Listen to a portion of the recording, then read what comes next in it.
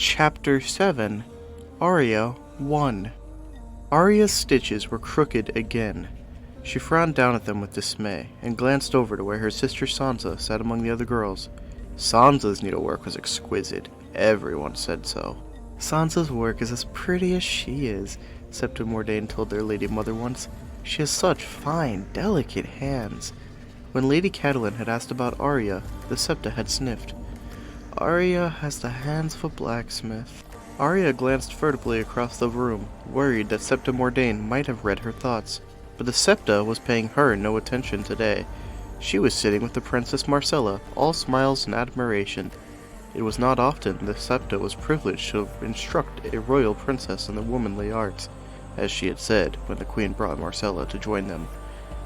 Arya thought that Marcella's stitches looked a little crooked too, but she would never know from the way Septa Mordain was cooing. She studied her own work again, looking for some way to salvage it, then sighed and put down the needle. She looked glumly at her sister. Sansa was chatting away happily as she worked. Beth Castle, Sir Roderick's little girl, was sitting by her feet, listening to every word she said, and Jane Poole was leaning over to whisper something in her ear. "What are you talking about?" Arya asked suddenly. Jane gave her a startled look, then giggled. Sansa looked abashed. Beth blushed. No one answered. "Tell me!" Arya said. Jane glanced over to make certain that Septa Mordain was not listening. Marcella said something then, and the Septa laughed along with the rest of the ladies. "We were talking about the prince," Sansa said, her voice soft as a kiss. Arya knew which prince she meant. Joffrey, of course, the tall, handsome one. Sansa got to sit with him at the feast. Arya had to sit with the little fat one, naturally. "Joffrey likes your sister," Jane whispered, proud as if she had something to do with it. She was the daughter of Winterfell's steward, and Sansa's dearest friend. He told her she was very beautiful. "He's going to marry her," little Beth said dreamily, hugging herself. "Then Sansa will be queen of all the realm." Sansa had the grace to blush. She blushed prettily. She did everything prettily, Arya thought with dull resentment. "Beth, you shouldn't make up stories," Sansa corrected the younger girl, gently stroking her hair to take the harshness out of her words. She looked at Arya. "What did you think of Prince Joff, sister? He's very gallant, don't you think?"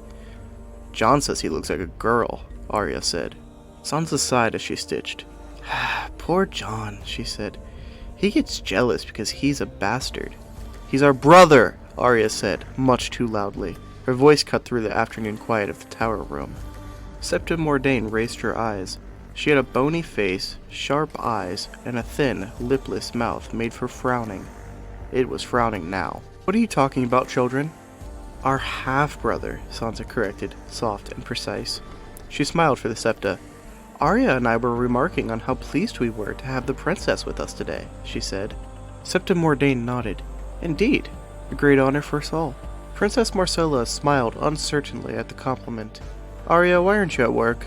the Septa asked. She rose to her feet, starched skirts rustling as she started across the room. "Let me see your stitches." Arya wanted to scream. It was just like Sansa to go and attract the Septa's attention.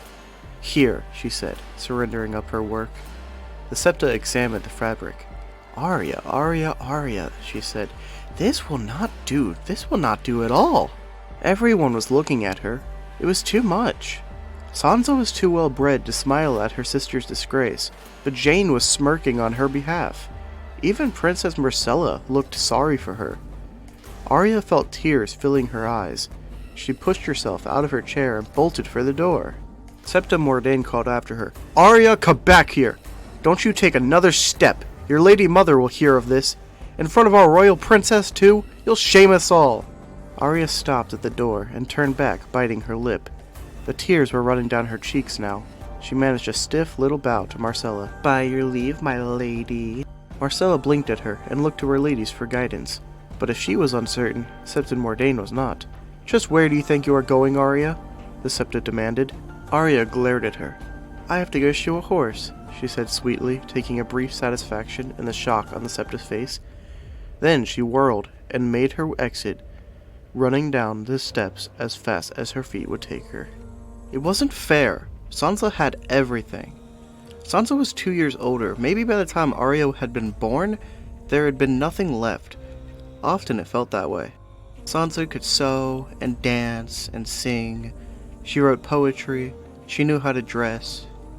She played the high harp and the bells. Worse, she was beautiful. Sansa had gotten their mother's fine high cheekbones and the thick auburn hair of the Tullys. Arya took after their lord father. Her hair was a lustreless brown, and her face was long and solemn. Jane used to call her Arya Horseface, and neigh whenever she came near. It hurt that the one thing Arya could do better than her sister was ride a horse. Well, that and manage a household. Sansa had never had much of a head for figures. If she did marry Prince Joff, Arya hoped for his sake that he had a good steward. Nymeria was waiting for her in the guardroom at the base of the stairs. She bounded to her feet as soon as she caught sight of Arya. Arya grinned. The wolf pup loved her, even if no one else did. They went everywhere together, and Nymeria slept in her room at the foot of her bed. If Mother had not forbidden it, Arya would gladly have taken the wolf with her to the needlework. Let Septa Mordane complain about her stitches then. Nymeria nipped eagerly at her hand as Arya untied her. She had yellow eyes. When they caught the sunlight, they gleamed like 2 golden coins. Arya had named her after the warrior queen of the Rhoyne, who had led her people across the narrow sea. That had been a great scandal too. Sansa, of course, had named her pup Lady. Arya made a face and hugged the wolfling tight. Nymeria licked her ear and she giggled. By now, Septa Mordane would certainly have sent word to her lady mother. If she went to her room, they would find her. Arya did not care to be found. She had a better notion. The boys were at practice in the yard. She wanted to see Robb put gallant Prince Joffrey flat on his back. "Come," she whispered to Nymeria. She got up and ran, the wolf coming hard at her heels. There was a window in the covered bridge between the armory and the great keep where you had a view of the whole yard. That was where they headed. They arrived, flushed and breathless, to find Jon seated on the sill, one leg drawn up languidly to his chin. He was watching the action, so absorbed that he seemed unaware of her approach until his white wolf moved to meet them. Nymeria stalked closer on wary feet. Ghost, already larger than his litter mates, smelled her, gave her ear a careful nip, and settled back down. Jon gave her a curious look. "Shouldn't you be working on your stitches, little sister?" Arya made a face at him. "I wanted to see them fight." He smiled. "Come here, then." Arya climbed up on the window and sat beside him, to a chorus of thuds and grunts from the yard below. To her disappointment, it was the younger boys drilling. Bran was so heavily padded, he looked as though he had belted on a feather bed, and Prince Tommen, who was plump to begin with, seemed positively round. They were huffing and puffing and hitting at each other with padded wooden swords, under the watchful eye of old Sir Roderick Castle, the master-at-arms, a great stout keg of a man with magnificent white cheek whiskers. A dozen spectators, man and boy, were calling out encouragement, Robb's voice the loudest among them. She spotted Theon Greyjoy beside him, his black doublet emblazoned with the golden kraken of his house, a look of wry contempt on his face. Both of the combatants were staggering. Arya judged that they had been at it a while. "A shade more exhausting than needlework," Jon observed. "A shade more fun than needlework," Arya gave back at him. Jon grinned, reached over and messed up her hair. Arya flushed. They had always been close. Jon had their father's face, as she did. They were the only ones. Robb and Sansa and Bran and even little Rickon all took after the Tullys, with easy smiles and fire in their hair. When Arya had been little, she had been afraid that meant she was a bastard too. It had been Jon she had gone to in her fear, and Jon who had reassured her. "Why aren't you down in the yard?" Arya asked him. He gave her a half smile. "Bastards are not allowed to damage young princes," he said. "Any bruises they take in the practice yard must come from true-born swords." "Oh," Arya felt abashed. She should have realized. For the second time today, Arya reflected that life was not fair. She watched her little brother whack at Tommen.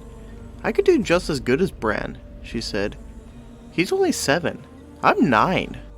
Jon looked her over with all his 14-year-old wisdom. "You're too skinny," he said. He took her arm to feel her muscle. Then he sighed and shook his head. "I doubt you could even lift a long sword, little sister. Never mind swing one." Arya snatched back her arm and glared at him. Jon messed up her hair again, then watched Bran and Tommen circle each other. "You see Prince Joffrey?" Jon asked. She hadn't. Not at first glance. but when she looked again, she found him to the back, under the shade of the high stone wall. He was surrounded by men she did not recognize, young squires in the livery of Lannister and Baratheon, strangers all. There were a few older men among them, knights, she surmised.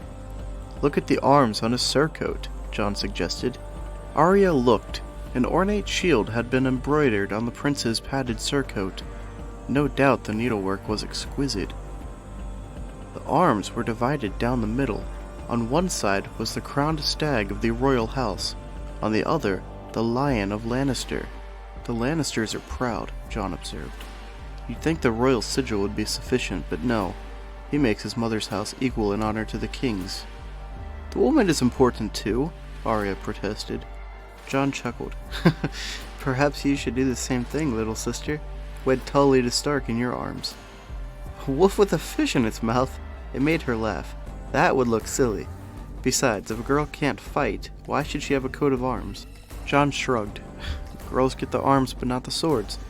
Bastards get the swords but not the arms. I did not make the rules, little sister. There was a shout from the courtyard below. Prince Tommen was rolling in the dust, trying to get up and failing.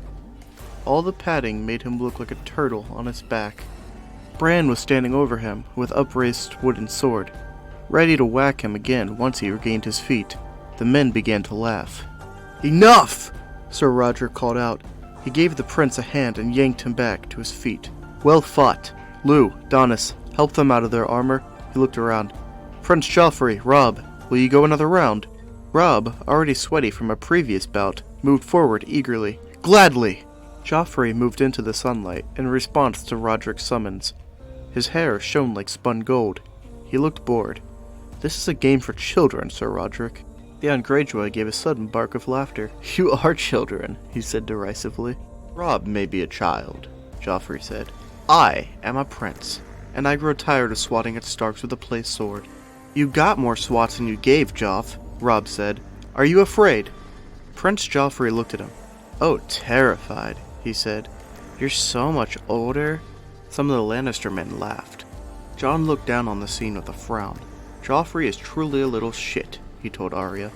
Sir Roderick tugged thoughtfully at his white whiskers. What are you suggesting? He asked the prince.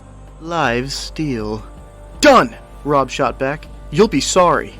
The Master-at-Arms put a hand on Robb's shoulder to quiet him. Live steel is too dangerous. I will permit you tourney swords with blunted edges. Joffrey said nothing, but a man strange to Arya, a tall knight with black hair and burn scars on his face, pushed forward in front of the prince. This is your prince. Who are you to tell him he may not have an edge on his sword, sir? Master-at-Arms of Winterfell, Clegane, and you would do well not to forget it. Are you training women here? The burned man wanted to know. He was muscled like a bull. I am training knights, Sir Roderick said pointedly. They will have steel when they are ready, when they are of an age. The burned man looked at Robb. How old are you, boy? 14, Robb said.